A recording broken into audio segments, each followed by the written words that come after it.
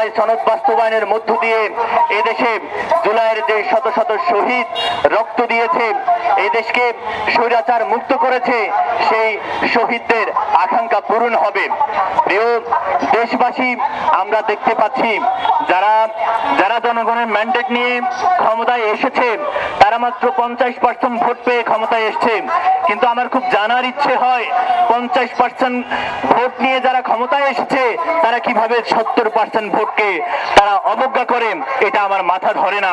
প্রিয় উপস্থিতি, আমি আজকে এই জায়গা থেকে স্পষ্ট ভাষায় জানিয়ে দিতে চাই, আপনারা যারা ক্ষমতায় এসেছেন আপনারা ইতিহাস ভুলে গিয়েছেন। যতবারই জনগণের রায়কে সরকার পক্ষ ভুলুণ্ঠিত করার চেষ্টা করেছে ততবারই তারা ক্ষমতা ধরে রাখতে পারে নাই।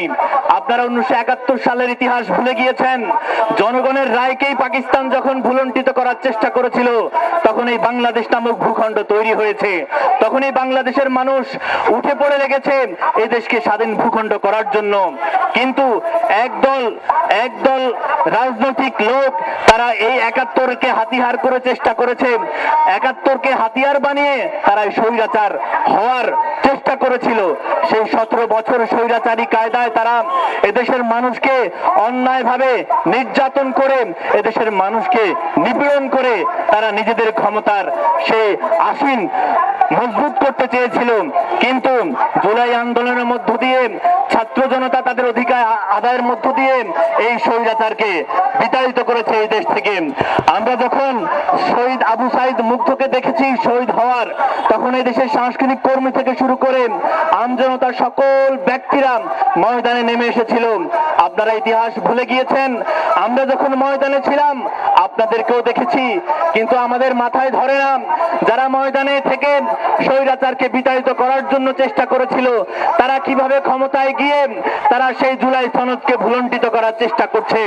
আমি মাননীয় প্রধানমন্ত্রীকে উদাত্ত আহ্বান জানাতে চাই, আপনাকে যেইভাবে স্বৈরাচার শেখ হাসিনা নির্যাতন করেছিল ইতিহাসের পাতায় সেটা আজও স্বর্ণাক্ষরে লিখিত রয়েছে।